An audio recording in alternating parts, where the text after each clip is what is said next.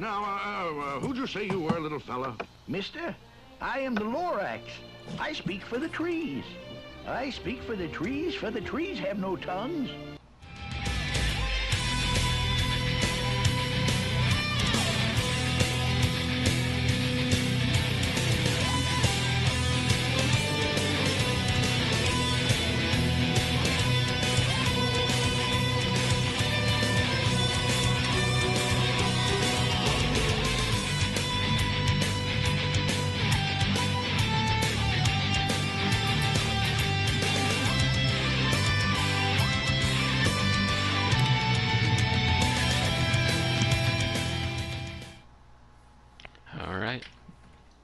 Welcome, flora, fauna, and fae, to the 78th anniversary of 78th episode of an Unearthly podcast, featuring In the Forest of the Night, written by Frank Cottrell Boyce. Yes, we are Bill, streaming live for 78 years. Absolutely.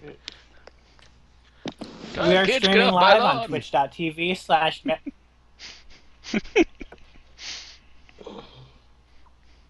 You're saying we are streaming live on Twitch.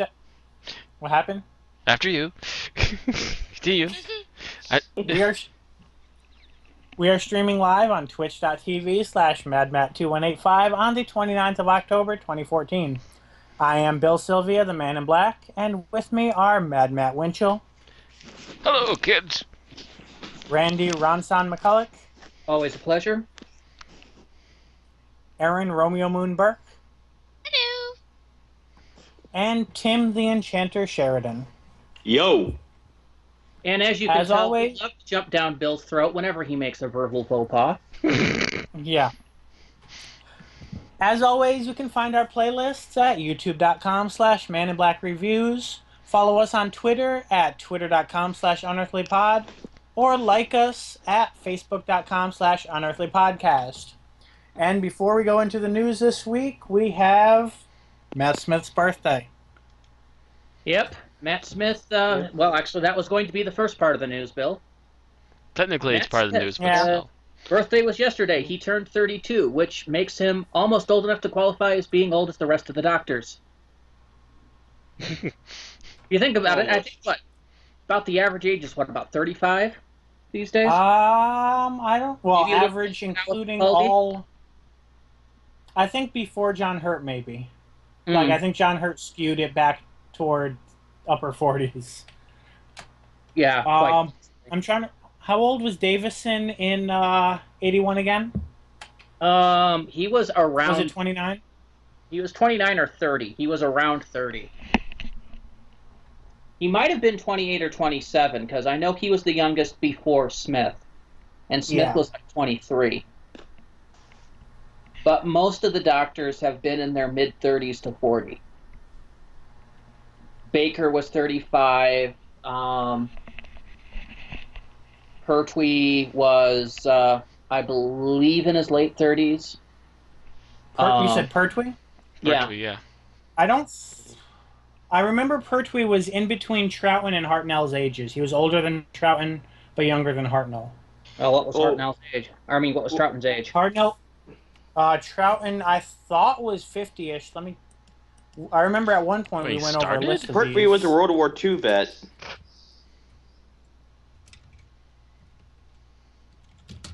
Let's see. I used to have a list like that on the on my bookmarks. All right, here we go. Here's the list if you guys want to look at it while we're...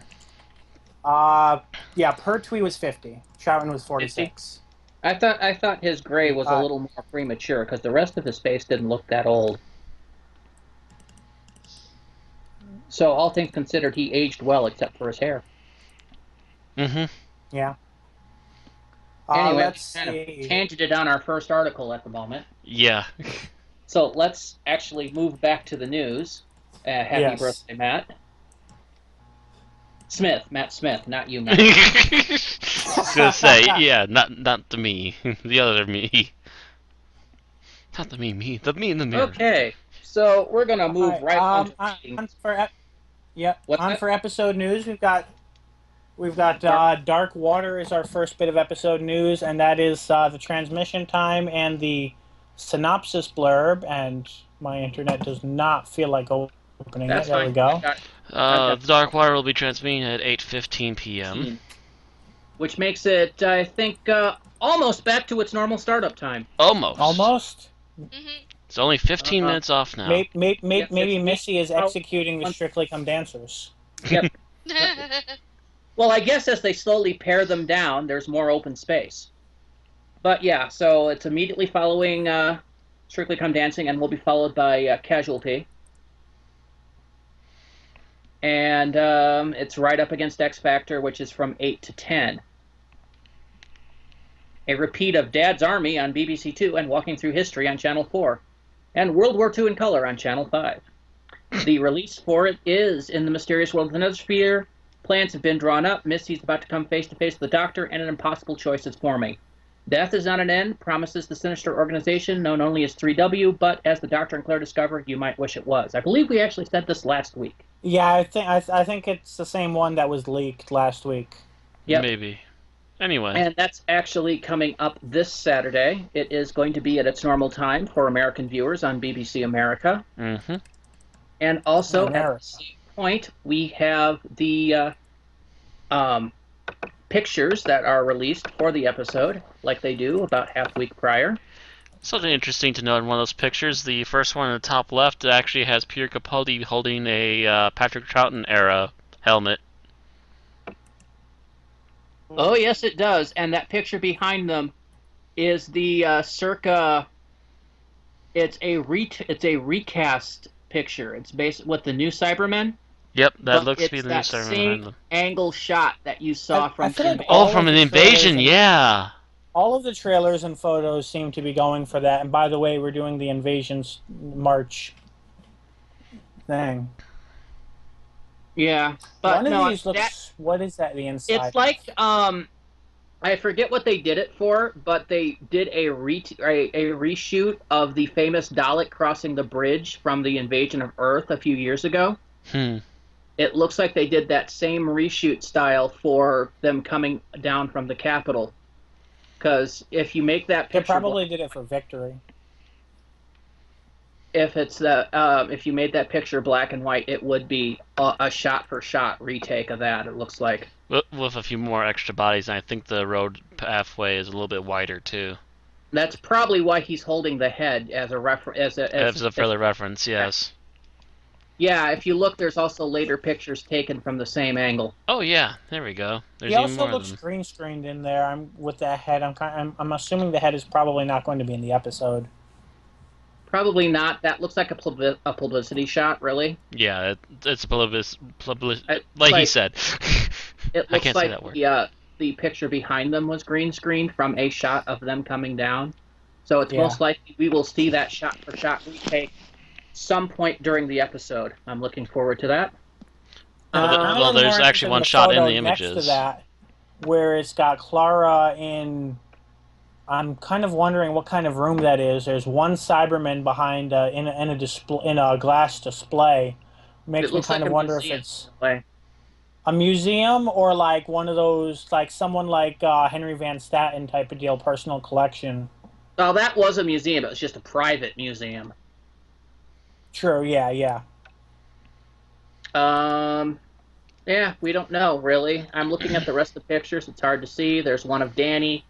There's one with somebody making weird gestures, making him look a bit like Pee Wee Herman. A Kinda, geek at a yeah. table. Yeah, there's really hard I think to tell. the ones of people hugging. I think the ones of people hugging Cybermen are more like photos taken during the shoot than People actual taking selfies, scenes yeah. in the episode. Well, maybe the Cyberman just needed a hug. I would actually hold judgment on that until we actually see what the episode's like, though, too. Yep. All There's right, an awful so lot of them. We're not really going to be gleaming much from these pictures other than this, so let's move ahead Yep. so we don't take Yeah. forever in the news. The overnight viewing pictures Gets us to for In the Forest of the Night had a 21.6 share with 5.03 million viewers. That was third for the day. reversing last week's loss to Pointless Celebrities, which came in at a $0.25 million behind.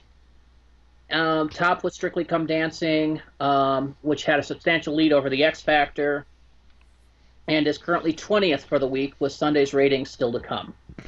Final figures will be available next week. Yep. In Australia, Forest of the Night averaged 566,000 in the 5 major capital cities, and was the 12th highest rated program of the day overall in the big cities. Looks like we did not get the roll in for this particular news post. Nope. The audience appreciation index for In the Forest of the Night was 83. This is actually 2 points down from the last few episodes. Yes, it is.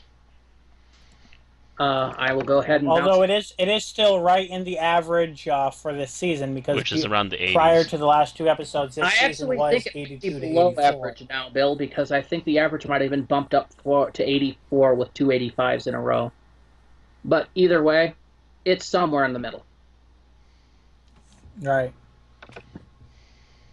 Flatline, the official final ratings came in for Flatline with 6.71 million watched the UK transmissions. This figure's over 2 million higher than the initial overnight figure, and the final chart position should be available later. Mummy, the Mummy on the Orient Express finished the week in the 14th watched program on British television figures, according to from Barb. The top week was the Great British Bake Off, and then Downtown Abbey. Downton. Not downtown. Not Yeah. downtown, it's Downton. Downton, my bad.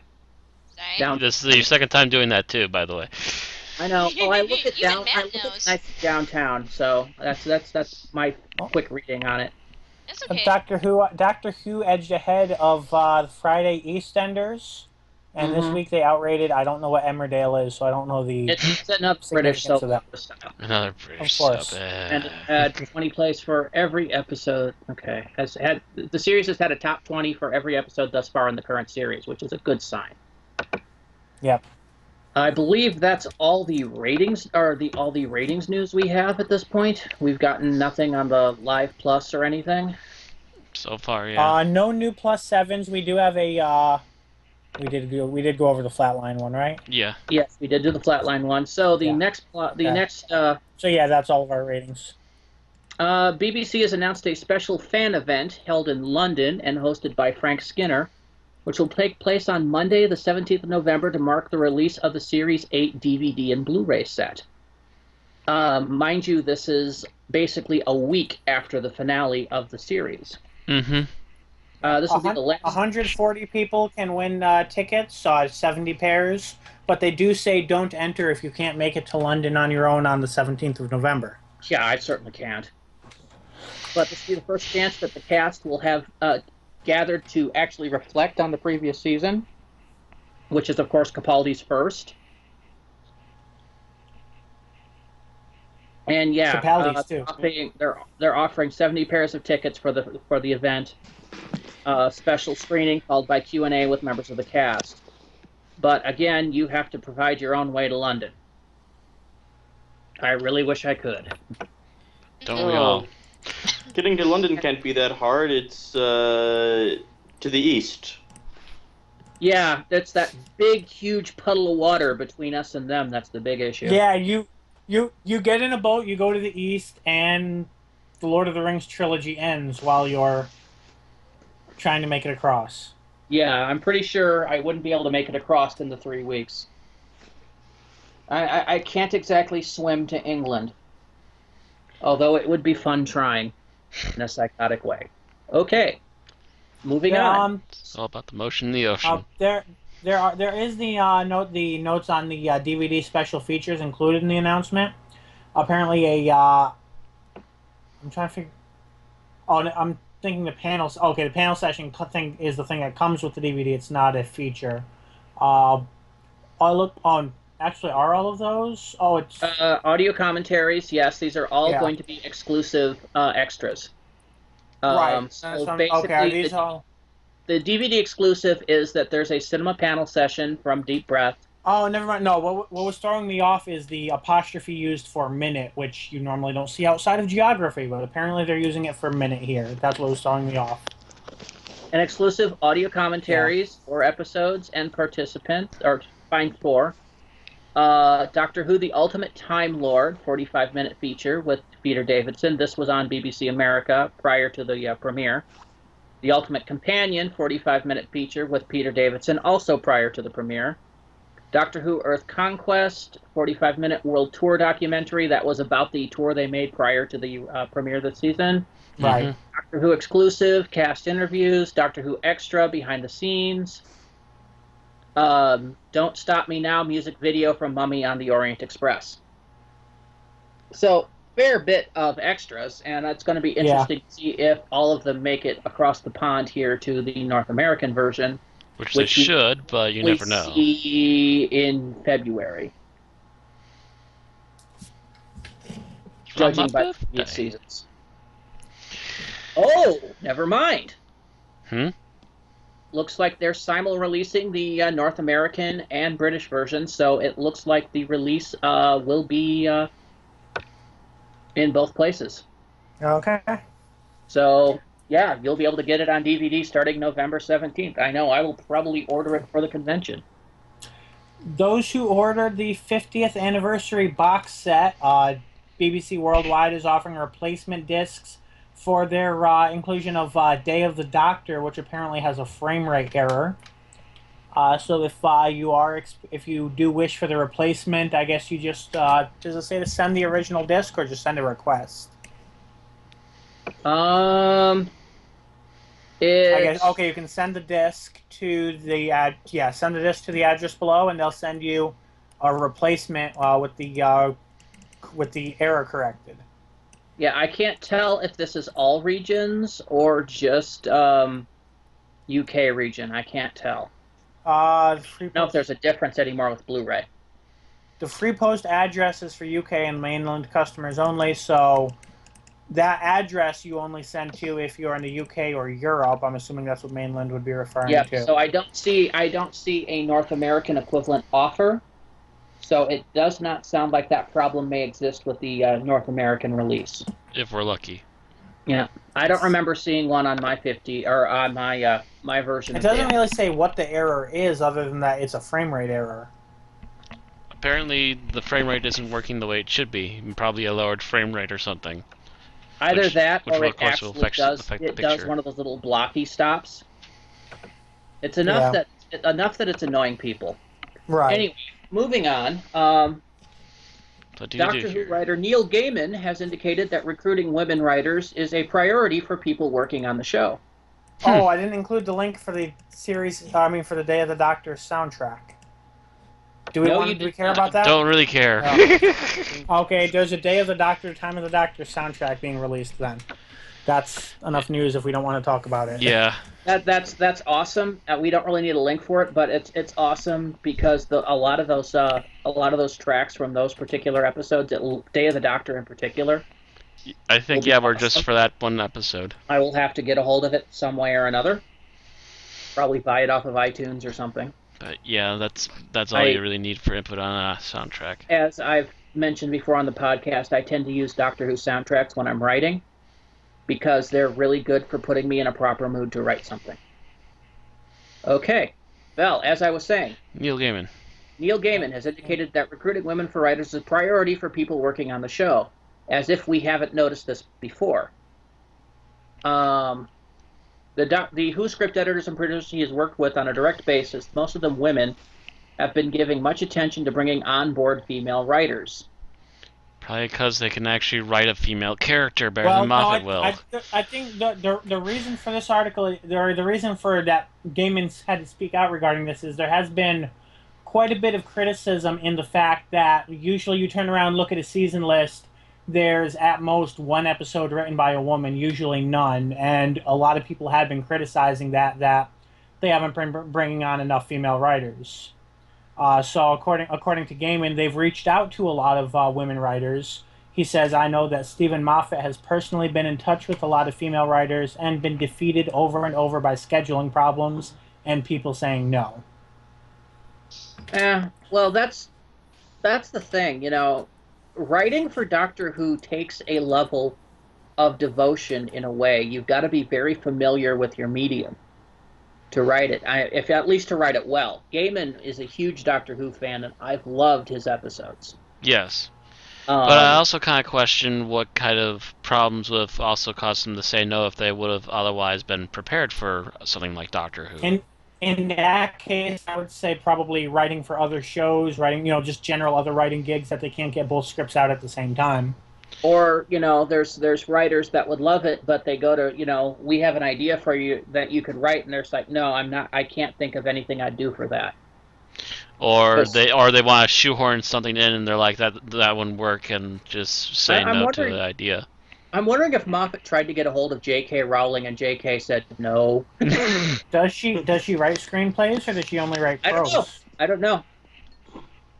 I think she only writes books. I was just wondering. Yes. They mentioned, getting hold of female writers, and that would be the biggest get you could get in. The episode, the beginning of the script for the episode would read, "I am J.K. Rowling. I make more money than the Queen. I can't be bothered to be asked." But whichever, that means that all the rumors about them being not getting female writers, it looks like they have been trying, they've just not succeeded. Yeah, for the most part.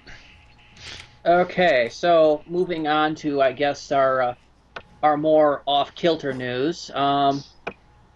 The stop-motion fan series Dr. Puppet is seeking funding via Indiegogo to make their next Christmas special episode.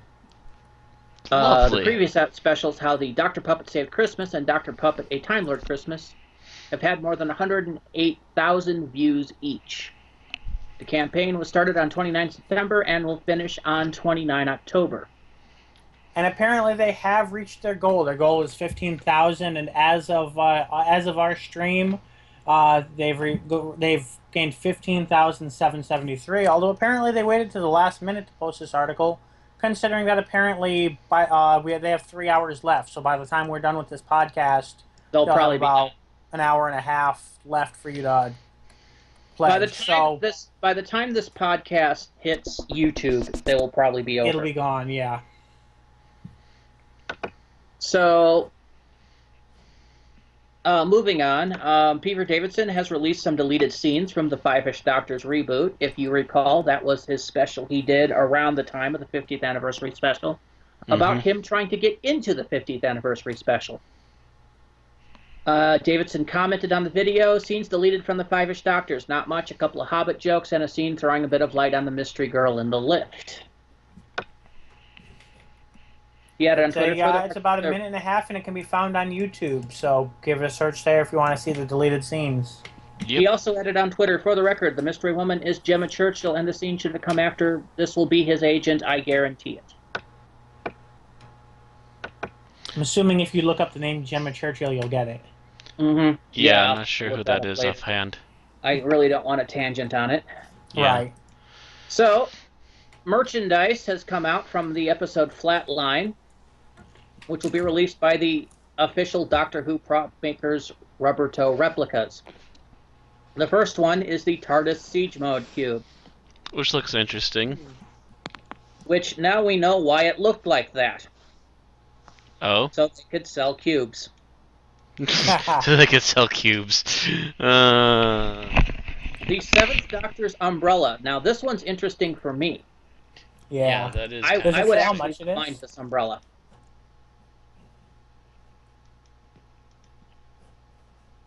Is kind of EC shop. Let's take a look how much they're selling it for. £24.99. So cheaper than you can get on Etsy, that's for sure. Yeah, and that's $50. Well, not quite, but close. More like 45, 42. If they're shipping it overseas, consider it $50. $50 for an umbrella replica of the Seventh Doctor. I'm hoping that it will be imported over here and will be available in shops here. Right. And then a vinyl of Doctor Who: A Christmas Carol. That's the sound on vinyl, featuring opera diva Katherine Jenkins as Abigail Pettigrew, Matt Smith as the 11th Doctor, and Michael Gambon as Kazran. It was the third most watched Wait, program. Matt Smith sang opera in that episode? Did I repress it? No, Katherine Jenkins was the girl that Kazran was interested in. She is an opera diva, normally.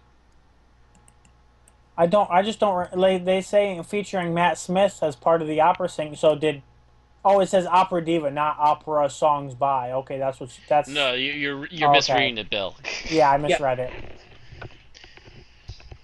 So those 3 items are going to be coming out soon, and will probably be seen in eventually over here. Still. At least a couple of them, I'm hoping. Oh, they're describing the episode in that line. They're not even describing the soundtrack. I'm still saying No, I was trying to figure out why totally Matt Smith would misreading be on the everything you're soundtrack. reading on that item, No, Bill. because I was trying to figure out why that line was in the paragraph. If it apparently the line should not be in the paragraph. Just read it slower, Bill. Okay, so moving on. Next thing.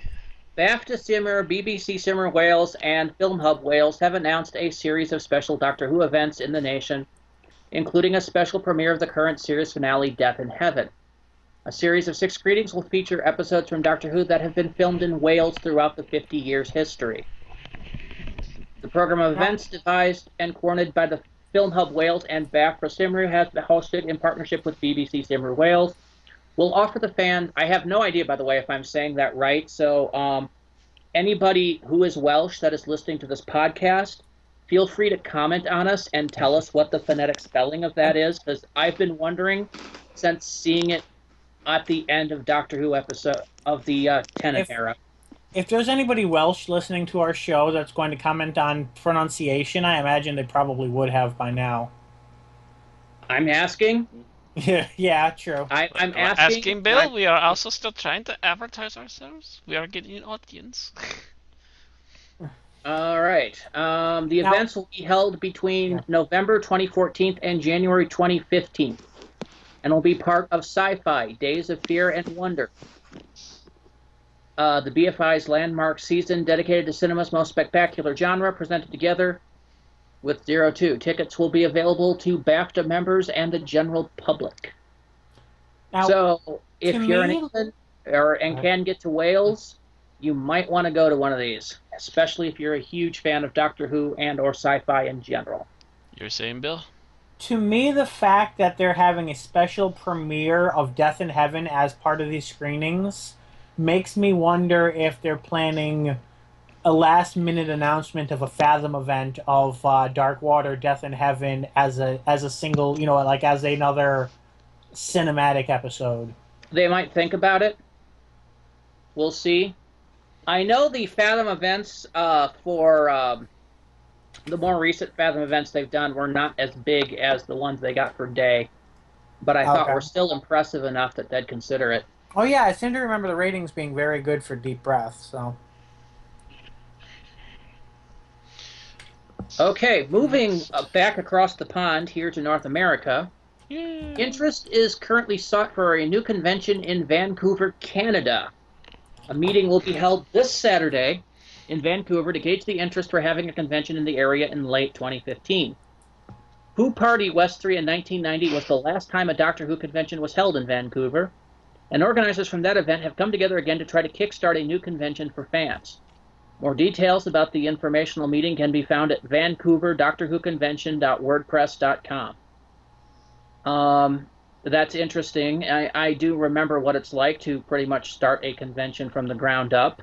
It is a pain in the ass. At least with GeekCon, when we went private, we had 2 years as a university convention to get our name out there, but still. I was going to say, you weren't really around when we first started at the university, except as an attendee. You weren't on staff yet. I still got to hear about it, because I was also still friends with Bob and Sarah. And myself and a couple others. Well, yeah. But it took until the next year. I was more talking about the financial aspect of starting a convention, because if you remember, the first year in particular was a pain in the ass. Anyway, our 2009 year, we had a budget of like nothing. It was actually $500 or $550 because we got $50 in donations. I think around that And time that we then- buy a DVD player. I meant going into it, we had nothing. We were basically running the convention on credit until we actually started getting. No, we were running in the convention on $500 or $550 because we got $50 from. We got $50 from donations. Anyway, and this is kind of $500 tangenting from- right now. Not talking about this on a public broadcast, Aaron. Why? Because I'm proving that you're wrong? No, because we're now sitting here too long on just one little thing, and it's not even part of what we're talking Well, about. that we really shouldn't talk about Econ financials. Well, you're the one who brought it up. Let's see. Moving on.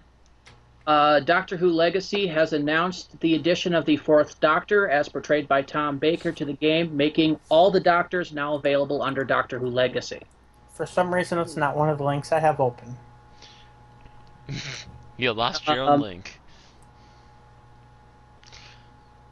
Let's see. I'm checking quickly. It looks like this will be either now or some point during the rest of Series 8. He will become available during the Season 8 scenarios, which means I may have to go back and replay all of them until I can find it.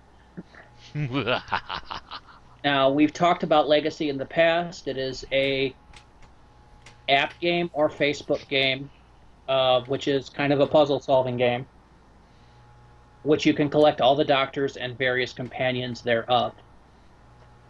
Adding the fourth Doctor may mean that eventually we'll be seeing some classic-era companions like Leela and Romana. Which would be nice. Well, there were already a small number of classic companions, so I could see them adding more over time. Well, yeah, but they usually added the companions for the Doctors that they added. For instance, when they added Sarah Jane Smith, they were thinking from her days as the third Doctor's companion. That kind of thing. Right. So having Tom Baker means that we can get Leela and Romana. And really, that's it, because for all of his years... Maybe a new costume for K9. Yeah. Doubt it, though. Rusty K9.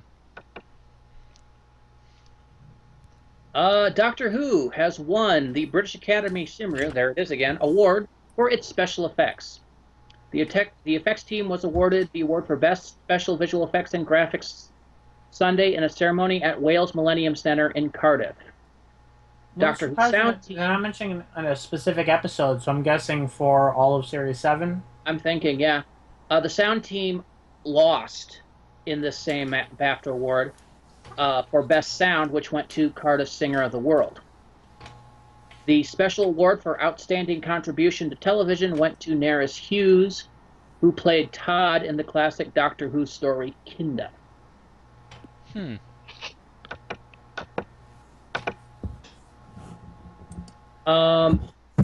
And I believe this is our last piece of news. Actually, no, not the last one. There's one more after this. No, this is our last piece of news. Is that Mark Gatiss is to speak at an annual lunch for Gala LGBT humanists.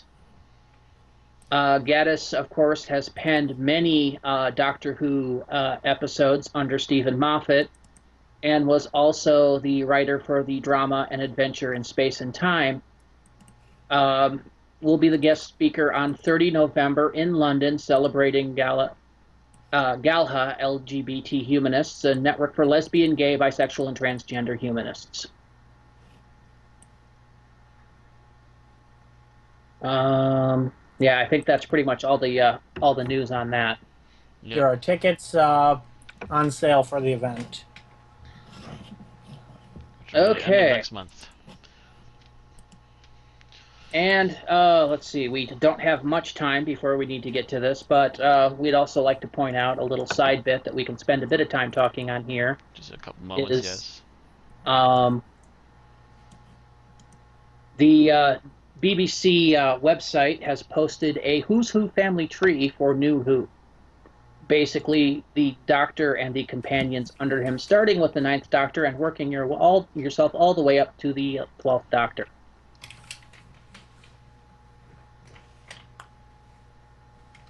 So we want to start at the bottom and look our way up and start at the bottom see how and we feel work about our way it. up.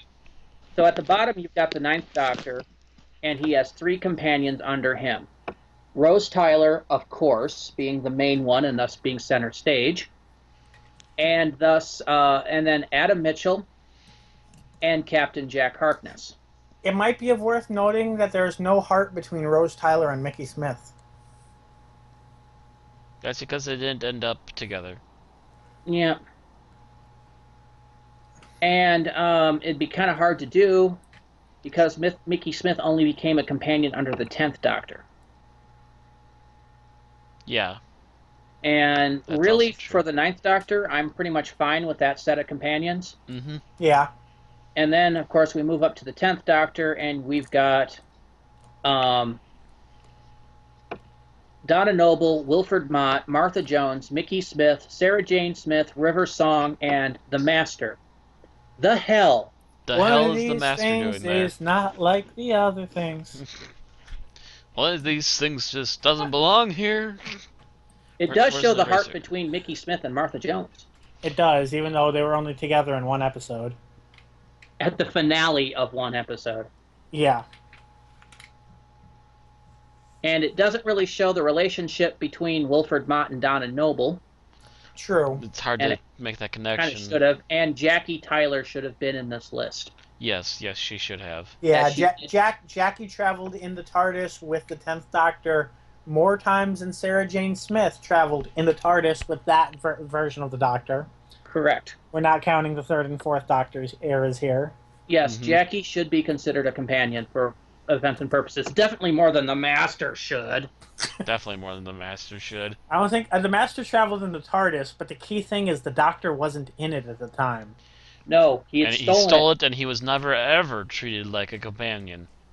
No. Ever. No, considering he spends all of his time plotting ways to kill the Doctor. I think it's because BBC Worldwide and BBC America just don't want us to forget about him, considering all the effort they put into making, John Sims as part of the opening credits and everything. Yeah. You would really think he was like co-master for 3 episodes. I mean, co-doctor. Yeah. The Master Show. And really, he wasn't really the greatest of masters. I mean, he was good. But he wasn't Eric Roberts. He was okay. I think he was better than Eric Roberts, but he definitely he was no Delgado. I think he filled the role the way RTD wanted him to do, but he was He was by far and away no Delgado, and I would have preferred a Delgado. Probably on par with Anthony Ainley. Only because, Anthony Ainley really needed a wax mustache to twirl, Exactly. And then under the 11th Doctor, which is the beginning of the Moffat era, you get Madame Vastra, Jenny Flint, Craig Owens, Strax, Clara, Amy Pond, and Rory Williams. Why is Craig on this list?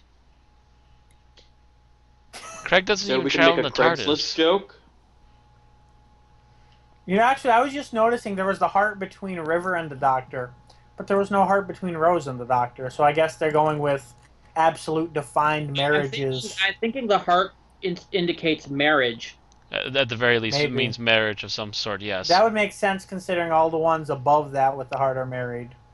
Because, you've got Vastra and Jenny who are married, Amy and Rory who are married. When you go down... And there's no Mr. Pink. Martha and Nikki were married. And, those are all the hearts that we've seen here. Mm-hmm. Which, kind of makes this look like a relationship diagram. And for all this is still not as complicated as a relationship diagram for any anime series done by Rumiko Takahashi.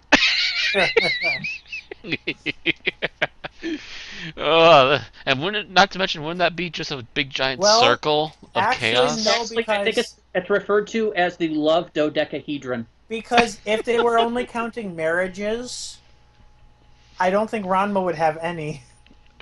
No, but generally the relationship diagram doesn't just count marriages. It counts true. And who dislikes who. Who's in love with and who's a rival with are generally in those relationship things. Right. Yeah, that's how, or generally, or even, I mean, yeah, Dragon Ball Z got complicated enough that they cut it down to just who had a baby with who, and that was it. But No, but I've seen the Takahashi ones, and that's a oh yeah, tangled, I can imagine. especially since Takahashi's method of, gee, I'm running out of things to write. Let's dump in some more characters and stir. And just watch as the spiral goes out of control. And they'll be engaged to some of our other characters. That's Ranma. That's really the Ranma thing. I guess UI had it too. But anyway, here we get up to the 12th Doctor, and after the beginning of the 12th Doctor, we have no new companion. So Danny's not. Danny hasn't traveled in the TARDIS yet. Yeah, he's only gone into it. Yeah, and I will actually make a discussion on that when we start on the. They're missing Courtney. Yep.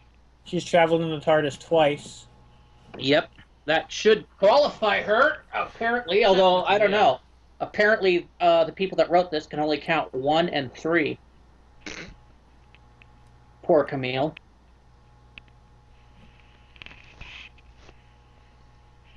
You don't get listed as a companion because we don't like you. Who? Camille Poudry, who played Jackie. Oh, okay. And yet Craig counts. Yeah, I'm not sure. Craig has had 0, and he's on the list. Like, yes, Craig was part of the Cyberman thing, but Jackie was part of the Torchwood thing and the Davros thing. Yeah, I think this listing is really wonky. They need to sit there like an extra half hour and actually properly hammer this thing out. Yeah, I would not have included Craig on the list because while he's visited him twice, he's never traveled. And that's the problem with official lists from a TV channel and whatnot. This is mainly put up for the sake of, okay, what are the fangirls going to say about it on Tumblr if we do this? Whereas the fans are just going to go, boo. Yeah. Anyway, on to our main programming. The Master should not be on the list at all. If you want him, add a list. Put a list of all the villains. That would be if everything circles around the Daleks.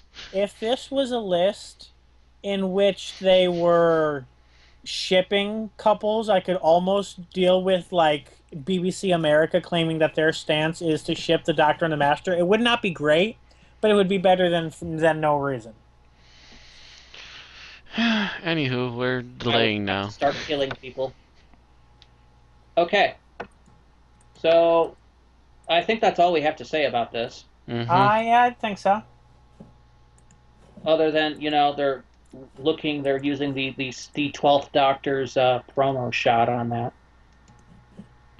You can tell because he has his arms extended in what I refer to as the finger point mask stance. Okay. So, let me close this. So it will quit bogging down our resources. Okay. All right, so that will move us on to the episode. Summary. Who wants to do the summary? I haven't done it in a while. I guess I could probably do it. Okay. It's not that long ago. Awesome. Alrighty, so where to begin? I believe it starts off with the girl running the forest, yes? Yes. What is her name again? Horrible names. Mabe. So we start off with a little schoolgirl running through the forest. She looks to be, what, 10? Or less? Maybe 8? 10, somewhere between 8 and 12. Yeah. If she's 12, she's a youngish 12. Yeah. Well, Courtney's 15. Because cameras will either subtract or add 3 to 4 years to a person, including children. She looks relatively young, though, so yeah. But, God, I just forgot her name already. Mabe. It's like, not Abe. Mabe. So we start on this little girl running through the forest, Mabe, and she seems to be in a bit of a panic, trying to run from something that she's not exactly seeing at the moment. but also seems to be looking for something at the same time, to which she comes across the TARDIS. The TARDIS appears to be randomly parked in the middle of this forest. Maeve goes inside and starts talking to the Doctor. Actually, she knocks on the door, getting the Doctor's attention, to which he pokes his head out. He seems to be rather angry and flustered, but also at the same time, the little girl talks enough sense to him that he allows her in, for the time being at least. While he continues to fight with the TARDIS, that keeps telling him that he is in downtown London, despite the fact that everywhere he looks, he sees nothing but forest. Maeve then tells him to look a little further outside, and sure enough, there's lion statues and everything, so this is downtown London overgrown by an entire forest. I believe that's when we get the opening, and then we go over to the rest of the school, who were apparently having an overnight trip at a museum. It was a particular group of some of the children, and by the way, that is a British thing. That is a regular British thing. Is having school sleepovers at museums. Interesting. We see. What is? I think that's an whole American thing thing having too. a sleepover Like, at the I've museum. never done it, but I've seen plenty of people do so. Yeah, I've heard of that happening here.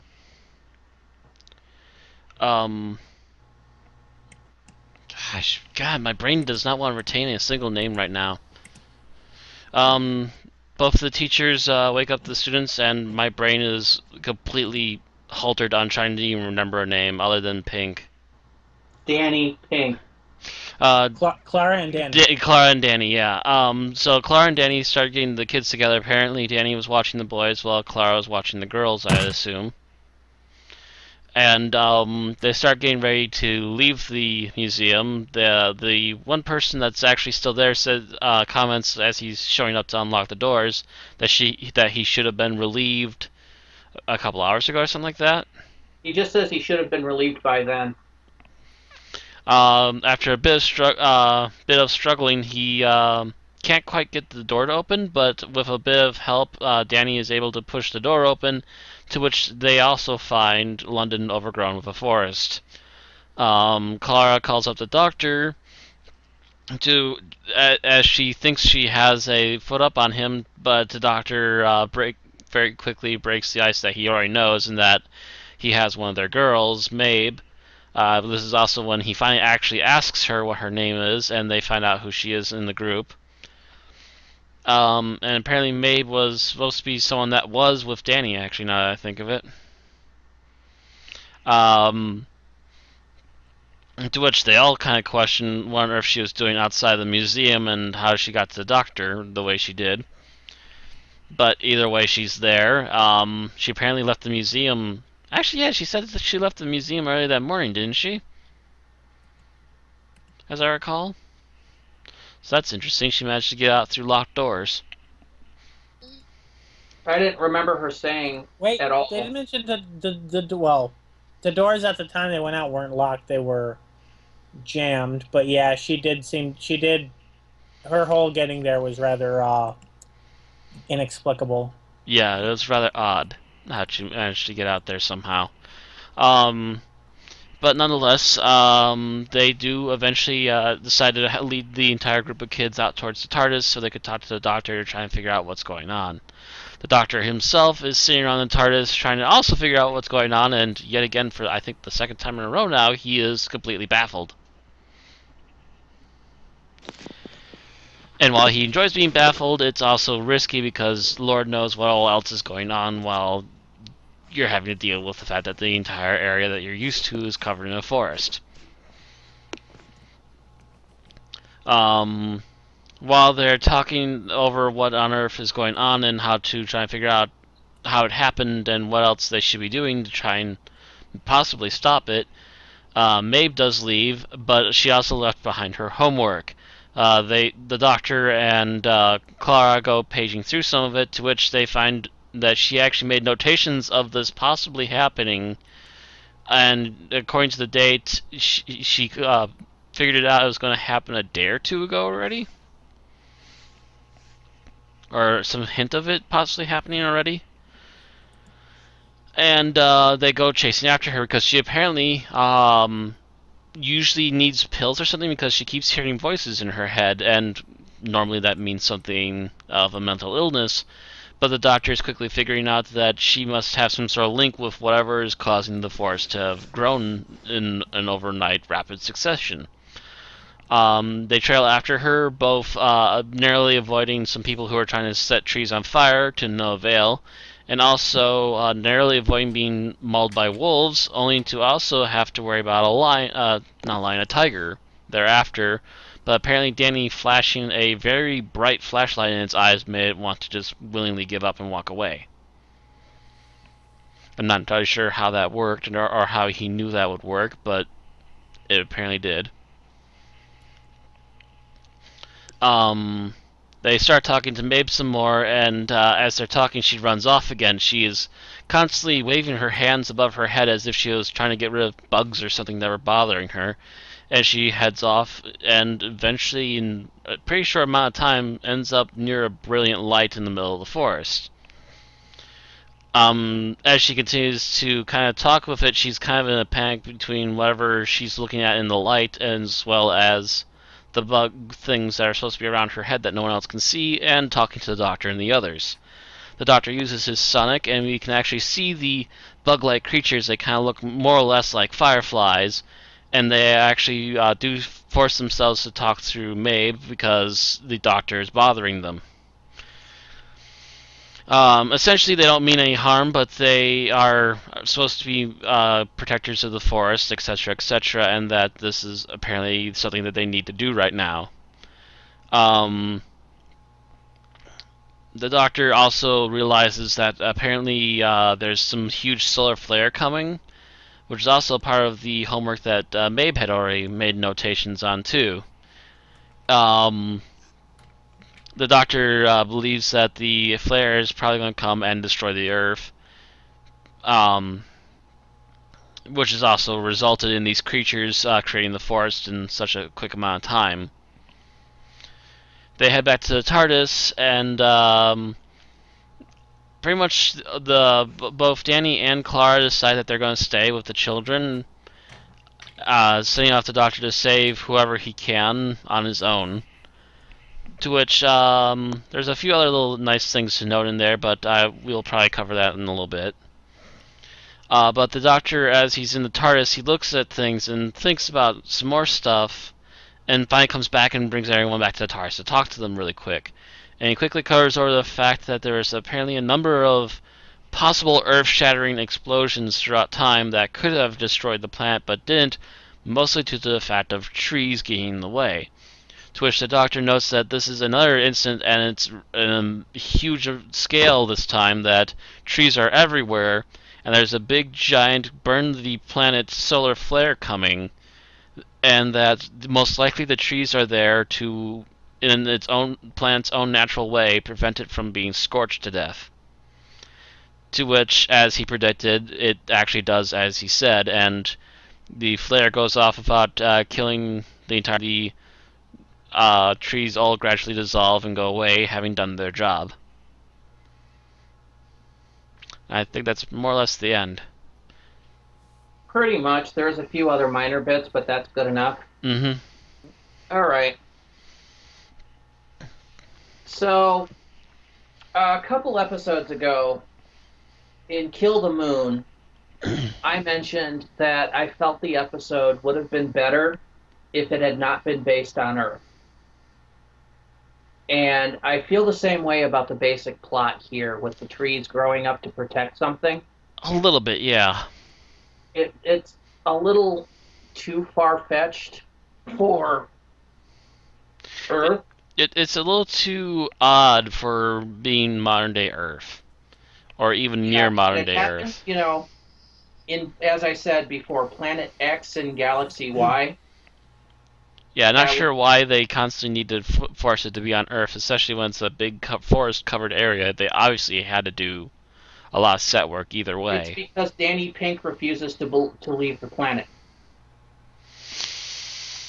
They could have had the episode about Danny Pink, and I guess technically about the children too. Well, I was actually going to segue into that because this is the first time in a while that we get to see a lot of Danny Pink post him discovering who the Doctor is. Mm-hmm.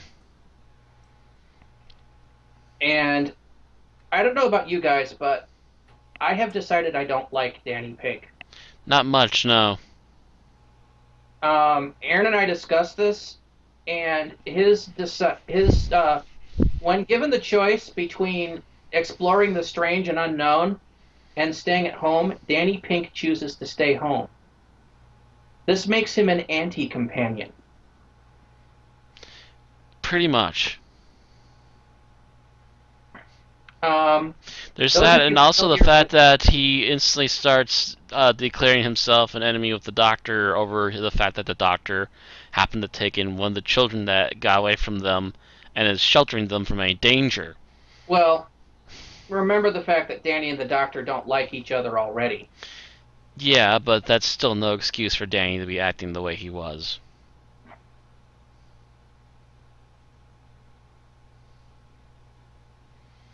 So really what you've got here is a case of Danny seems almost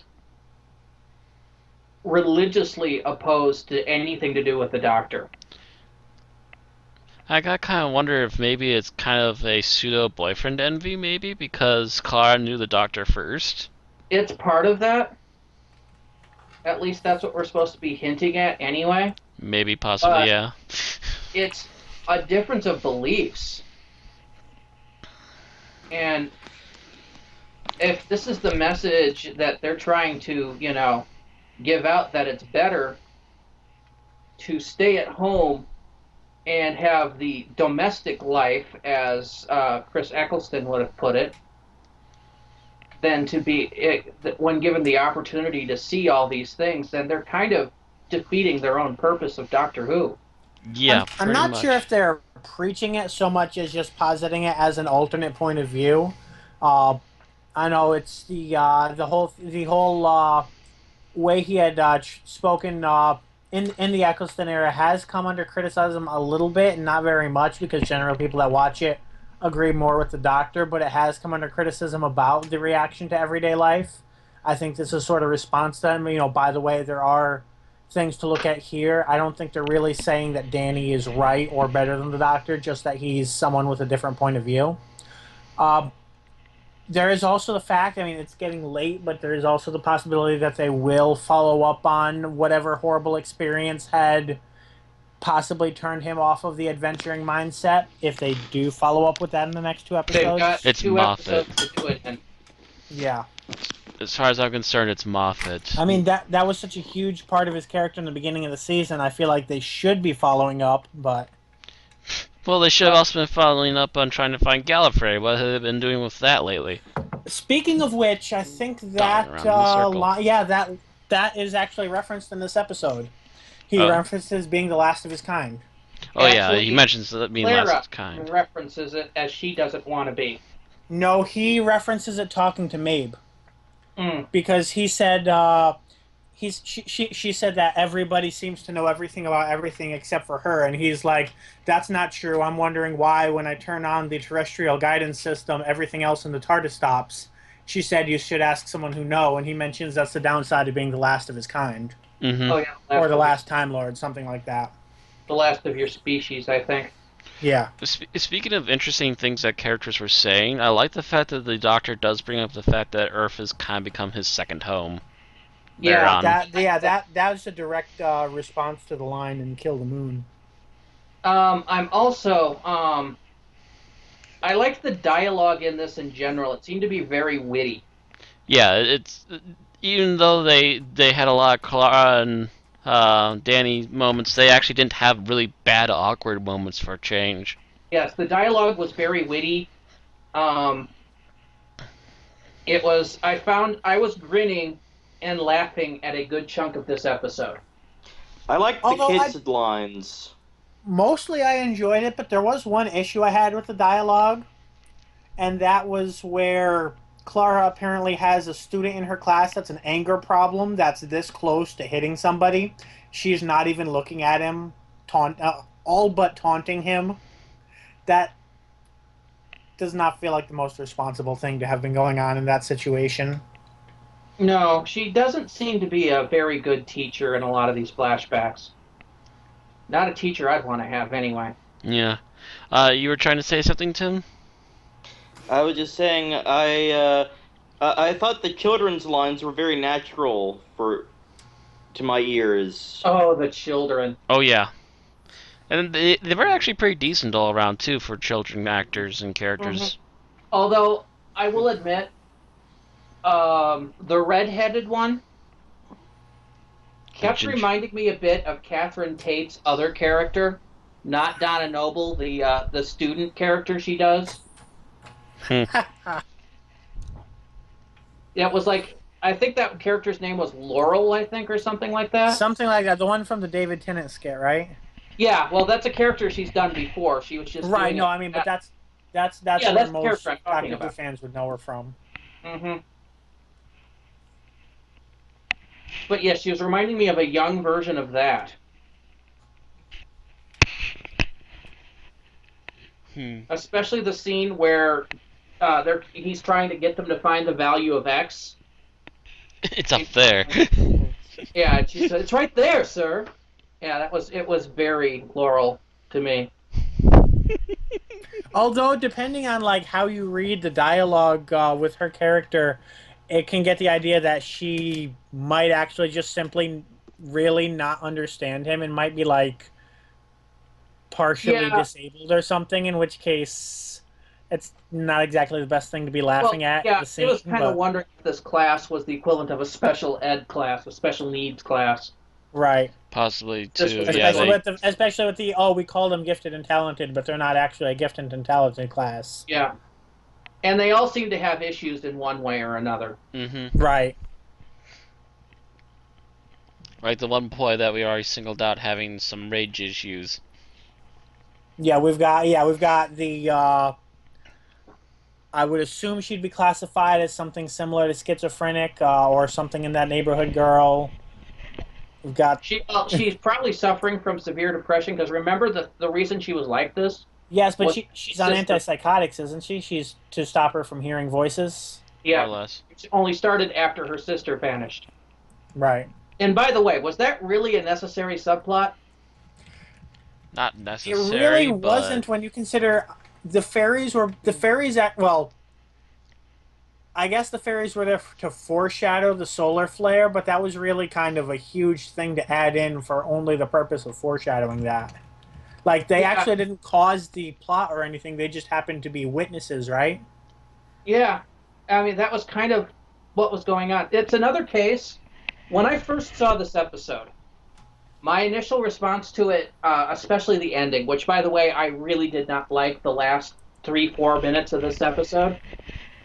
It felt a little shoehorned, yes. It felt, by the way, when I first saw it, it felt like something Russell T Davies would write. Where there's this huge, earth-shaking, shattering event, and then, of course, everybody's just going to shrug and go on with their lives. Which is kind of the way he would occasionally do things, yes. Yes. Although, as I was paying attention to it, this episode's actually like the bastard love child of Davies and Moffat's writing styles. Because not only do you have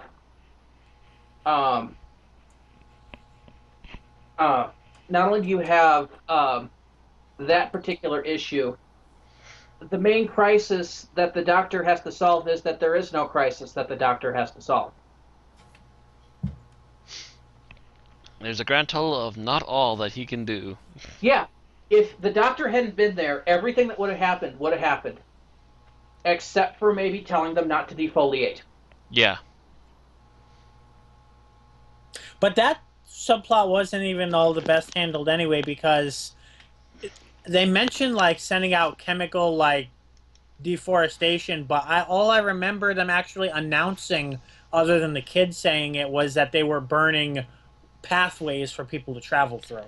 Well, that was Which the would people with not the have flamethrowers, affected Bill. that whole thing. Those were Yes, meant to be the but people.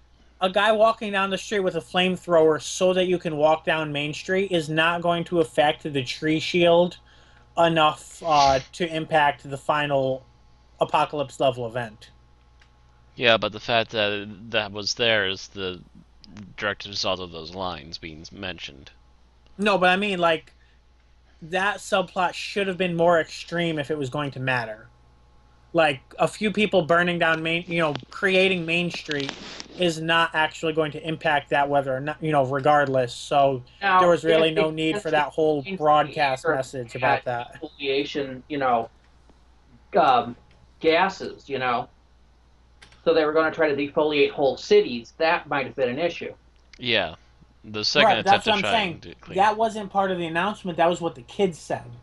Mm-hmm. The whole deforestation was the second big announcement. It was them upping their ante, or at least planning to. Ah. By the way, I think I discussed it at least. Oh yeah, we discussed it when we saw the trailer last week.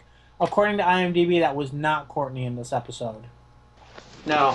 No, that was the boy that we're seeing at an awkward angle. One of the boys that we were seeing during that trailer. I was thinking that it wasn't her, but I couldn't remember offhand at the time. I can't tell children apart. Is there any word about the actual science behind this episode? Like if a solar flare came and the planet was covered with trees, would that cannot see the future.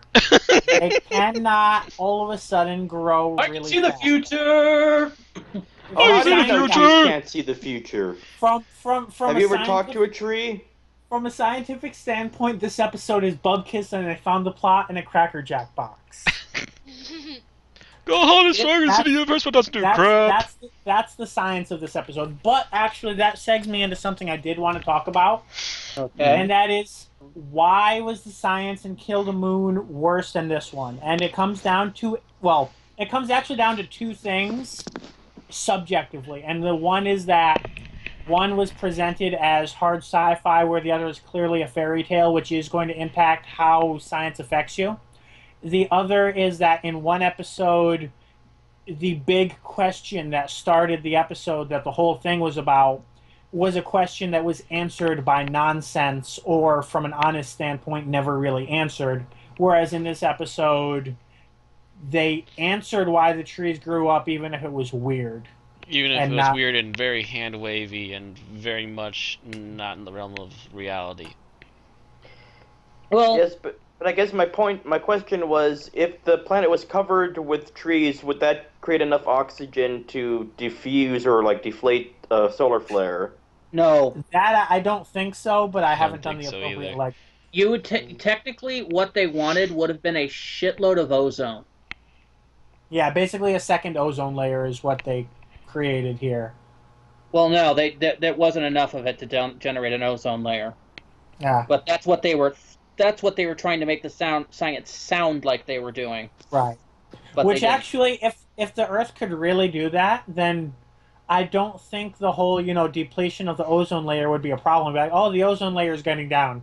Well, the trees will start growing soon. Right.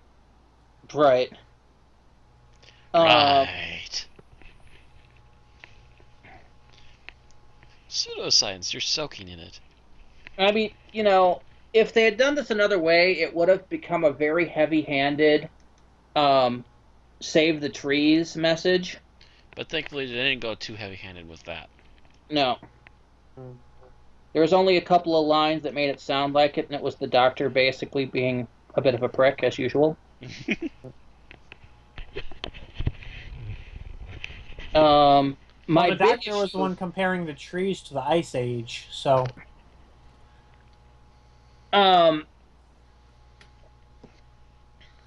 But yeah, I didn't have any real issue with the whole tree growth. If something were to trigger a massive deforestation growth like that, because yes, we kind of did get the magical fairies that did it. But at the same time, I was like, okay, I can buy that, I guess. But that's the thing. Didn't the fairies say that they didn't do it, that it happened naturally? No, they didn't quite say that. What they say they didn't do is try to contact the doctor. That was apparently out of Clara's head. No, I'm confused now. the fairies, if that's what we're calling them, basically said it is time. This needs to happen. Ah. Which means that they kind of detected somewhat that the solar flare is happening, but they don't really know what the actual thing was that was going to happen. Just that it was the time to do this. I almost thought that they were going to bring back the fairies from Torchwood. I was actually kind of wondering that would have been interesting, yeah. That would have been more interesting. We would have gotten a fight between the Doctor and the continue fairies. Any plotline RTD ever did. Was that an RTD plotline? Yes. It was Torchwood. And RTD was the showrunner for Torchwood. I could have sworn RTD gave up on that after the first season, though. He was still an executive producer as of Miracle Day. Oh. Okay. Yeah. And I think he wrote an episode and a half of Miracle Day. Yeah, although he gave up Doctor Who, he maintained a hold on Torchwood and Sarah Jane Adventures. Yep. And then, of course, we know what happened to Sladen, and we know what happened to Torchwood. It went to shit. They went to specials and then went cuckoo for Cocoa Puffs. It died in America. Well, I've not been fond of Torchwood since season 2 of it. Yeah, I can't say I've actually seen Torchwood. I didn't like Children of Earth, and I didn't like Miracle Day. I don't outright hate them, however. I like Miracle Day from what I can tell a lot more than the internet does, but I can also see where there are definite flaws in it. Yeah. Mm-hmm. Yeah, like I said, I didn't hate them. Unlike Moffat, which, as you know, will get me into a foaming rage of death and anger, I didn't hate either one. I just didn't really like them. Children of Earth, I can just kind of meh and, look away. And Miracle Day, I'm like, really? That's the first I get is really? Would you look more fondly on Children of Earth if they had actually done the Martha and Mickey plotline they had intended? Probably.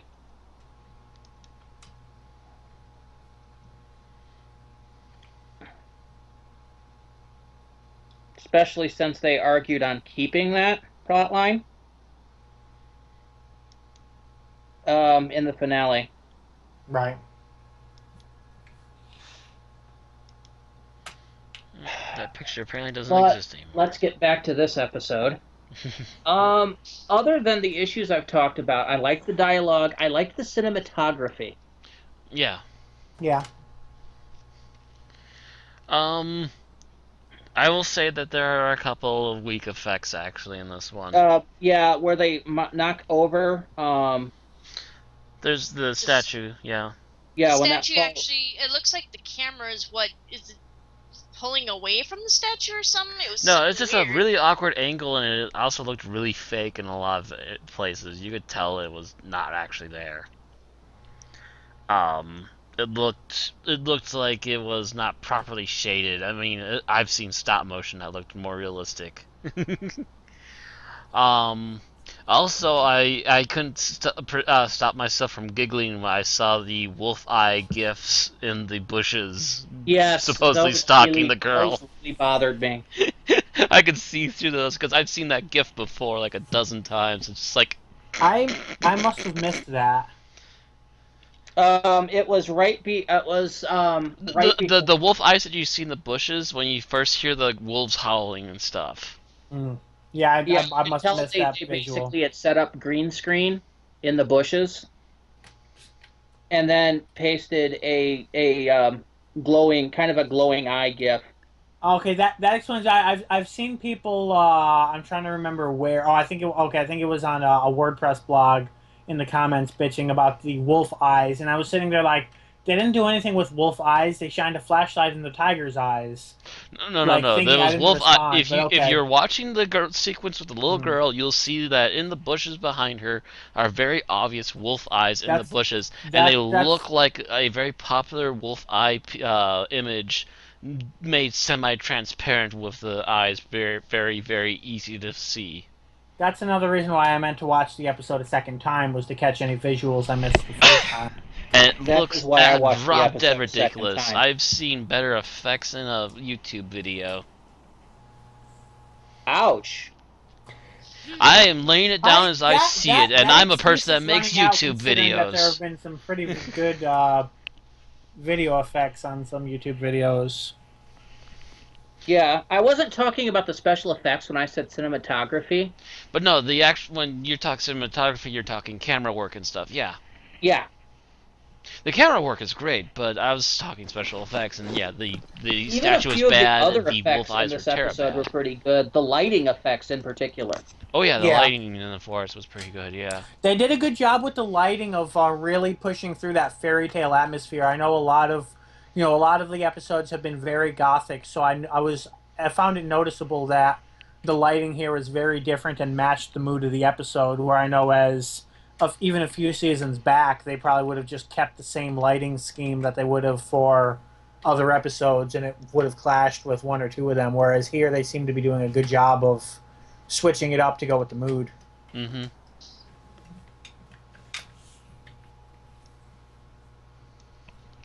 Yeah. Depending on what's going on too, like when they encounter the fairies, and they have the big center of light.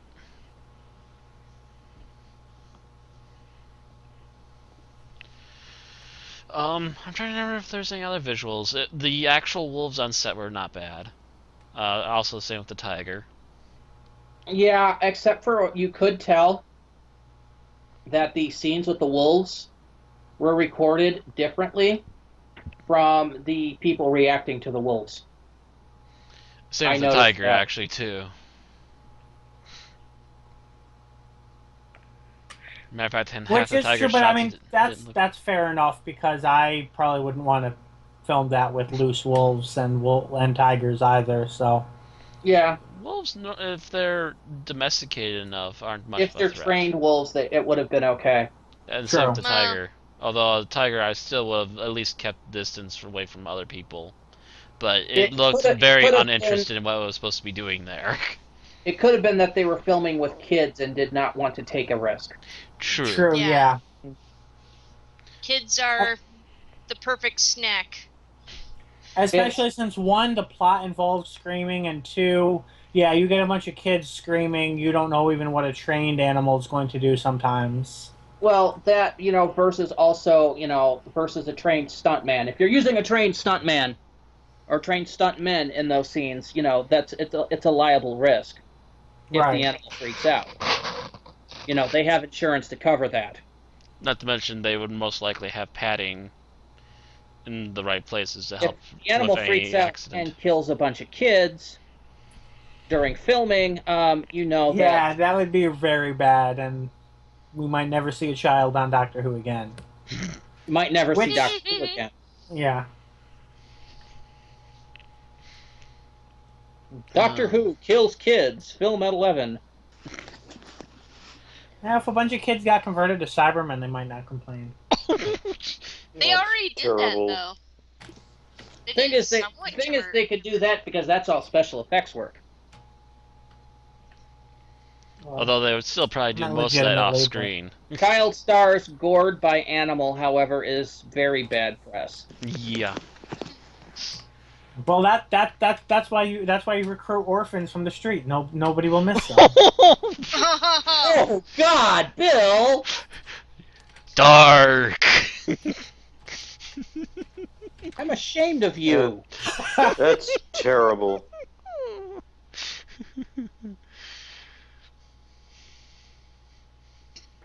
Yeah. Went And to a tune in dark next place. year, the next time I see Bill, I will have to hit him for that comment. I think that was Buffy logic. I'm not sure where that. It came I from. think that might have something been I watched Xander recently. logic. It might have been what? Xander logic. Maybe. But no, like that's definitely something that a big bad from a Buffy episode would do, and I have watched most of Buffy twice this year, so. Your logic is going screwy, is what you're saying.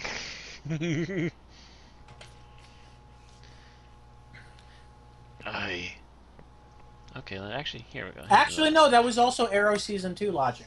But I think there are still some people that could be spoiled if I went into more details about that, so I probably won't. Probably shouldn't. Up on Netflix, give it a couple more months. We've seen it, but I don't know if all of our audience has. Yeah. Anyway, how did we get? Oh yeah, we're talking about mauling children. For fun and profit, apparently. I'm pretty sure the wolves thing was accurate. Does anybody know if the way they beat the tiger was accurate? It is. It is? Okay, because I had no clue on that logic. I'm not sure how Danny learned it, but it's not really the fact. It's the shining and shining away that strobe effect. Yeah. Will annoy the tiger to the point that he will basically go, okay, this isn't worth it. You're basically doing the equivalent of giving the tiger a migraine.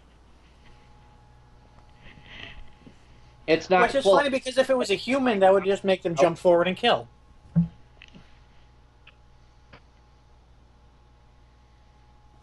What was that, Bill? Which is funny because if it were a human, giving them a migraine would make them just jump forward and kill. Yeah, but the tiger, it's disorienting to the tiger. Right. So it's just like, hell is this, and walks away. Yeah, pretty much. My head is hurting now. I can't tell the distance to my targets. Fuck this. Then again, even a high-level predator like a tiger has better survival instincts than a human.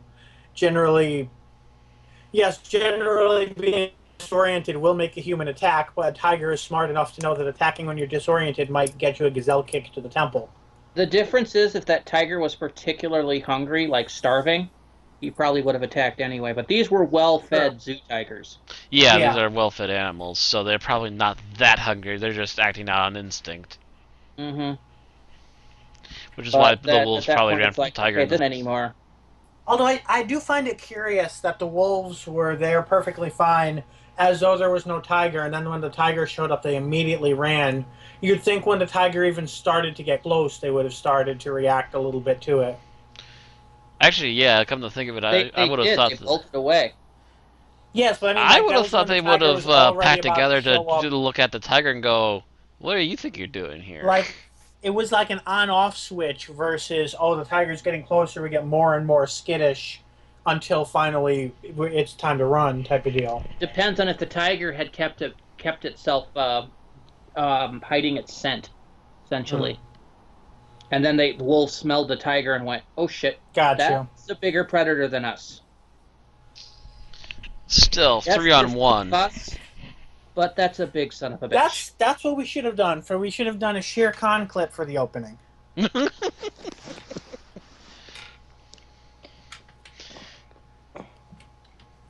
Boy, I'm giving you the chance to run.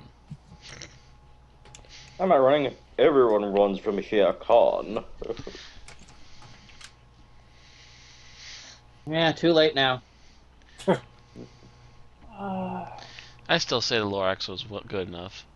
Yeah. Anyway, time is it? Okay, we've got quite a bit of time. About a half hour yet. Although, again, I would argue that if we're done, we're done. Yeah. No, I was just thinking, is there any other topics to go under, and I wanted to make sure we had time. There's a topic worth mentioning, but I don't think any of us have the knowledge worth discussing it, because if so, someone probably would have mentioned it by now. What's is... and apparently this episode is heavily to reference, I think he's a poet, but don't quote me on that, William Blake. Apparently the title comes from one of his works. They mentioned the year that he was active, and several of the plot points mirror either things he wrote about or things in his life. William Blake. I know that name. Tiger, burning bright in the forest of the night. Is that all I know him for, though? If you ever read anything on TARDIS Eruditorum, they mention him, or Phil Sandifer mentions him, not extremely frequently, but often enough that's where I know him from. No, Now, I was I'm just far wondering from an expert enough to actually say anything about him. I was just wondering because I wanted to see what other works he had Gotcha. other than Tiger, Tiger, Burning Bright, which I know very well.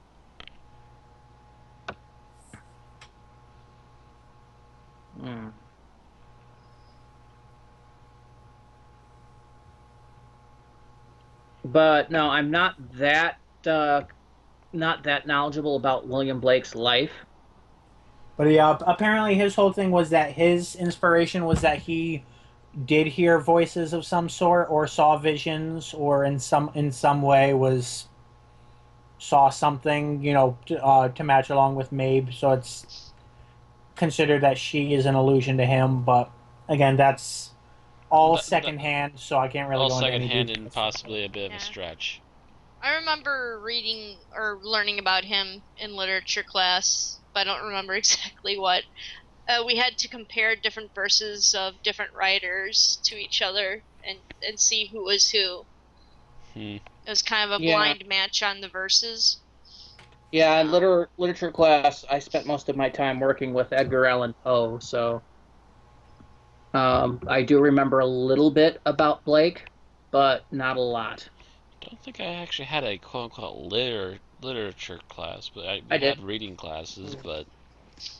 I had English literature up to 1800 or so, but that's off topic. But... Yeah. Yeah, we're trailing off topic. Let's try to get back on topic with a little bit more, shall we? Anyway, have anything in this episode that stood out to them that they want to talk about? Ron, did you get to talk about how the ending as much as you wanted to, or did you have more to say? We can cover that. Well, yeah, it was, like I said, it felt a bit like a Russell T Davies style ending, where you have the global apocalypse and then mankind just moves on. I did not like the trees just up and disappearing. Yeah, that was a little more far-fetched again. And the fact that apparently her sister got turned into a bush for no apparent reason. And then suddenly turned back from a bush? Yeah. It made absolutely no sense to me. I was fine with the episode as a whole up until those scenes, because it's just like, okay, no, now you've just gone from... Did her sister turn into the trees? What's that? Did her sister turn into the trees and then come back in the ozone?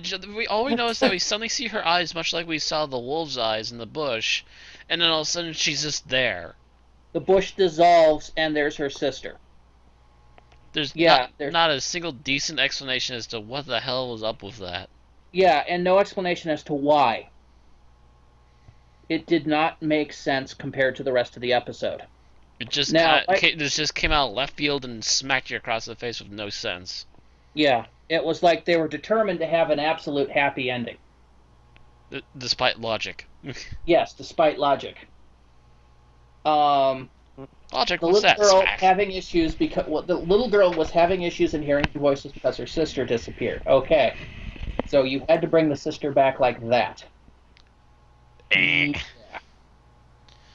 At least trying to even explain the sister's disappearance would have been nice. Yeah, beforehand. That way, it would have at least made some logical sense, maybe. I'm wondering if there was some scenes that got cut that had some explanation on why she took her sister.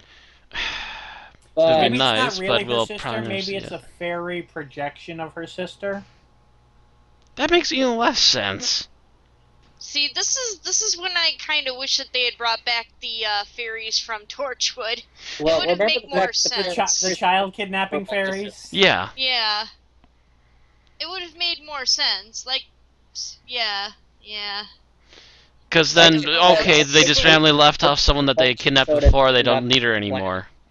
Because there I could understand, different fauna and everything, but here it was just so far beyond what was there, and them just the trees, if they had gone through and the solar flare had hit the trees and you look down and you see all these burnt tree stumps, slowly turning to ash, I could have bought that.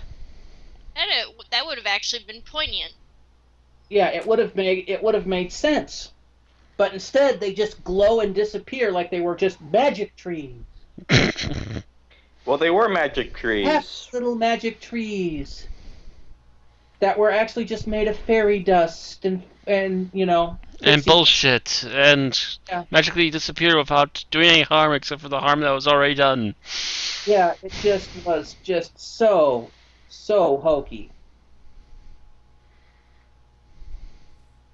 But if those trees had given their lives and given their all to, save the world, I would have been like, okay, I can buy this. I can be happy with this ending, but it didn't go that way. Right. And they went for the uber cheesy Disney. I guess they were afraid to mess with real-world London too much, but again, that's another reason why setting it somewhere else would have been a benefit. Served the purpose better, yes. Yes. That's the reason that Doctor Who did this back in the classic era. Now, I don't know how much feedback... Well, Bill wasn't even a fan back then, but... the big bitch that the fan base had with the first series of Doctor Who is that there were no alien planets. Every episode happened in Earth's past, Earth's future, Earth's present, or Earth's orbit. Oh yeah, I remember us going through Series 1, taking a look at that. Mm-hmm. And it was a huge fan bitch at the time. And since then, they've added a few worlds, but still a large, obscenely large chunk of Doctor Who happens on Earth. Yeah, most of the travel is in time, but not in space. Mm-hmm. Well, that's all the BBC was budgeted for back then. They can travel to a rock quarry. They have the budget. They have the Yes, budget I for mean, rock quarries. How many alien planets have looked like gravel quarries in Doctor Who? Quite a bit. Quite often, and they can also do a lot more of them now. Mm-hmm. It seems so weird that modern Doctor Who is so limited in its location when they have the budget to do so much more.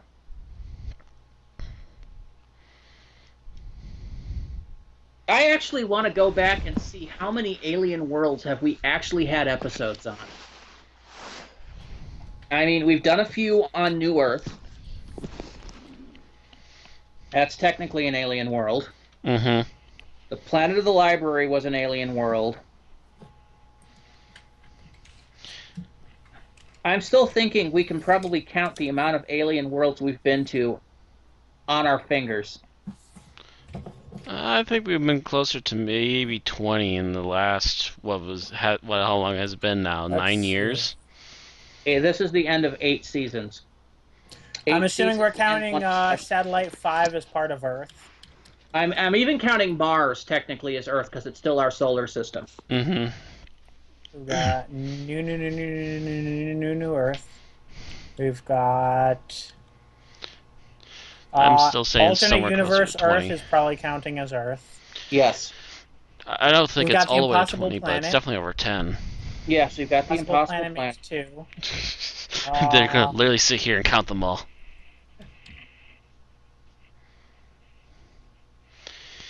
Anyway, other than counting planets, anything else we wanted to cover here? Utopia was set on. Oh no, Utopia couldn't have been set on Earth because it was too far in the future. Yeah, Phil is not going to let this go until he does this. keep going ahead without me if needed, but I'm. Well, the thing is that the longer Bill sits here and tries to do this, the more bored and impatient the audience is going to get. Keep going on without me. I can come up with an answer while we're talking. Is there anything else anyone wants to say about this? The children were well acted. We've mentioned our dislike for Danny Pink. But Why does Clara love this git? Why does Clara love this git? Because he's very for the children first, apparently, according to some of her dialogue of this episode. Why does Clara love this git? I don't know. I don't know what I don't know what anyone sees in him right now. To be honest, he comes off as extremely negative a lot of the time. Maybe that'll change. Maybe they have plans for his character to maybe change and brighten up a little bit more.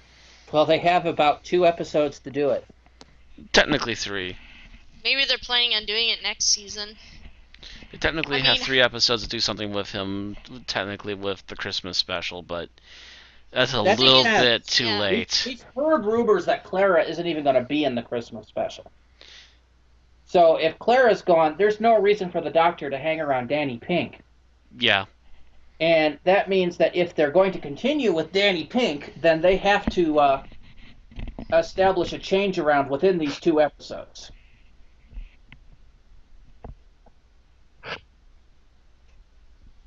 And I really don't see that happening. At least not on screen. Which seems to also be a problem this season, is that they don't make any major developments on screen. Well, that's a Moffat problem in general. Well, it's been really noticeable this year in particular. It's been really in our face, stabbing us in the eyes, obvious this year. I don't know. It was pretty obvious the season before too. A little bit, yeah, but it's been if you only remember, growing. The whole thing about, well, we're talking, season 7A, where we had Amy and Rory having this huge breakup off camera. We've had about 19 planets outside of Earth's atmosphere. Not sure if we're counting Night of the Doctor as part of that or not. Half of those planets looked like Earth. See, he wouldn't stop. Night of the Doctor would count as not Earth, yes. No, I mean if that counts as an episode or not. Oh. Still, it was featured as on screen. That we can count as having gone somewhere. Okay. So I think that would bring it to 20. So yeah, we hit 20. Anywho, okay, anything so else? I can count them all on my fingers and toes. At least 3 of those worlds were returning from Classic Who. Actually, wait. No, the Asylum wasn't on Skaro, so never mind. No, but we saw Skaro. Yeah. Same episode. Right. Anything else we wanted to cover this episode? I think that's about it. Acting was okay by the main cast. Mm-hmm. Yeah, I think... Actually, I have one question, and I just remembered it now. Why does the Doctor have holes in his shirt? Holes in his shirt? Yeah, there's like little holes in the front of his shirt. He had them since the beginning of the episode. I didn't notice. It's a style. It's the Gallifreyan style. It's the moth-eaten style. Yeah, I was just gonna say, it looks more like he's been wearing that shirt too long and he needs to get a replacement. They're going to reveal that since the first episode of the season, the Doctor's actually aged 600 years. And just been wearing the same shirt the whole time. It would not surprise me, although they tend to do those mass agings between seasons. Usually. Or Christmas special in the case of Time in the Doctor. Or right before episodes written by Gareth Roberts. I think I got the right Gareth this time. Whichever Gareth it is.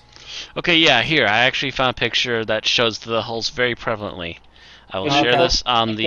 In the Skype channel, please. Yes, I'm sharing it in the Skype right now. There are very obvious holes in his shirt.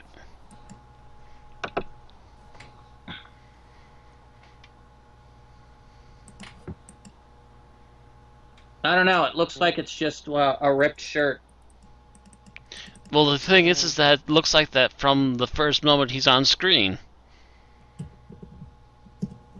I'd like to know what on earth happened there. I have a shirt. He got a cat. It's Kevlar. It's Kevlar. Those are bullet wounds. Well, if we're not going to get any serious answers, I think we're done. Okay. Yeah, I see no reason for that other than being some kind of style or just kind of a grunge shirt. He was in his grunge era because he wasn't expecting to go anywhere. Question, do we want to spend any time reacting to next episode's trailer before we go into final thoughts? I was going to try to avoid that. Yeah, Okay. I would avoid that too because we're not going to get anything other than shrug who knows until we actually see the episode. Fair enough. All right, Anything else before final thoughts? Yep. What's that? I said anything else before final thoughts? I was ready to go into final thoughts. Everybody else? I'm ready. I'm ready. Aaron's playing an MMO. Yes, I am actually. But yes, I am ready for final thoughts. Hey, I've All right. contributed to the podcast. Well, guess what, Aaron? You get to go first. But I'm talking to Queen Kristanos. Okay, but final thoughts. It was a pretty enjoyable episode. I liked some of the fantasy elements of it mixed in with pseudo-ish science, more of literary stuff. I thought it was pretty imaginative anyway, and that made it fairly enjoyable. The only thing, it's just Danny Pink and the ending are what kind of didn't quite ruin it for me, but made it a little less fun. It could have been so much more fun, you know. And there were some it parts detracted of it that from actually, it. Yes. Yeah. There were actually, when they were following the lampposts, or pointing out the lampposts, it kind of reminded me of C.S. Lewis's Narnia books, so it was pretty cool. I liked it. All right, Matt? The effects are a little bit wonky, but otherwise the story, for the most part at least, is pretty good. It definitely does try to ground itself into a much more imaginative thing, so I can kind of forgive it for its really rubbish science, because it's trying to be a little more fantastical than the normal science fiction episodes that we would normally prefer out of this series. But that's also Moffat to a T as well. He's been trying to push the fantasy a little bit harder here and there. And yeah, there are certain other detractors here and there, but in general, they didn't make me hate the episode. Just that they might have been a little bit better if certain things weren't there. Is that it? That's it. Tim? I enjoyed this episode. I liked how they went what I think they should have done with Flatline, in that it turns out that the big bad is actually the big good. You know, like they think the trees are like taking over the planet. No, at the end it's like they're saving it. Which is, like what it seems like that's the way they were going to go with the Boneless. You know, it's like maybe they're just communicating with us. No, like they're monsters. And that said, I didn't like the heavy-handed environmental message. I thought that was a bit unsubtle for me. It was also kind of minor note, to be honest, compared to Kill the Moon. Kill the Moon was very harsh on the message. Yeah. So this season we've had an abortion episode and we've had a deforestation episode. I am looking forward to when the doctor teaches us about the dangers of using gasoline as a cleaning solvent. Yes. Really? Can't we just have 1-minute PSAs after the episode? Yeah. Sonic says burning down the trees is no good. And remember, if it's ticklish, it's bad touch. What about Sailor Moon says? Well, it's Doctor Who, so it's like the sonic screwdriver says. Screwdriver says. No, it's called Sonicy. They couldn't do Sonic because they'd be sued. The sonic screwdriver says. I liked it. All right, Bill. Speaking of the Sonic, I forgot to talk about something that bothered me during the episode.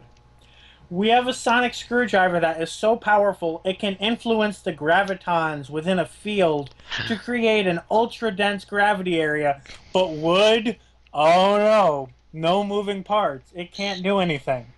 Mind you, the wood issue has been an ongoing issue for most of the Yes, Smith. but the more powerful the Sonic is, the harder it... if it can control the fabric of space and time, wood should have enough moving parts. Well, mind you, I've had issues with that since it showed up, because I don't think it was an issue in the classic Who era. I'm just saying, in this episode, those two things were both referenced, and it was a little much. Although I will agree that there's not much you can garner off of a tree with a sonic screwdriver other than the fact that it's a tree. If you can control theoretical particles that are small enough that humankind hasn't discovered them, I think you can control the cells within a tree. Well, in that defense, though, you got to remember that Time Lords just about invented gravity. Which is how they managed to figure out how to go through time. Remember, David Tennant pretty much said that in the Satan Pit? Yeah. Yeah, but it's still a little far-fetched that... To be honest, there's a lot of really far-fetched stuff with the Sonics lately. Well, yeah. They did confirm that it is a magic wand in this episode. Claus, yes. You can't do that. That's not a magic wand, which he then proceeds to go and do that. It's been essentially a magic wand for like the duration of the series. But I mean, they confirmed it. Focus. As for final thinking, it's an okay episode. It doesn't bear close scrutiny, but it doesn't have some of the in-your-face things to really make me mad, like examples such as Kill the Moon or Listen did. Yeah. I wouldn't put it on a pedestal as one of the greatest episodes, but I didn't really have anything to complain about unless I looked closely either. The fact that the symbolism, even if it was lost on those of us who aren't really familiar with what's being symbolized, was a functional touch. Mm-hmm. And that's about all I've got to say there. All right, so me. I liked a good chunk of this episode. Even though, yes, the science was hokey and it was more fantasy than science fiction-y, I liked it. The writing for it made up for its other shortcomings. I was smiling, I was laughing at the dialogue, yada, yada, yada. And then we got to the end, and I felt like the end was such a letdown. It actually dragged the rest of the episode down in just 2-3 minutes. That ending just kind of hits you like a brick. Well, I mean, it's not like depressing, but with a story like that, I really was not expecting that much. You know, I was expecting more of a European fairy tale ending and not a Disney fairy tale ending. It just felt... So you were expecting the fairies from Torchwood to come and take the little girl away? I was, originally. Yeah, that's what most of us were thinking, I think. I was originally expecting that at one point of it, yes. And I actually thought that might have made a better episode. But just the magic Deus Ex reset button, I'm just like, really? Didn't we get enough of this during Russell? Really? Come on, guys. And then they added the sister coming back, and I'm just like, ugh. You have to magically fix everything and give no explanation for it, and it just, I was just, ugh.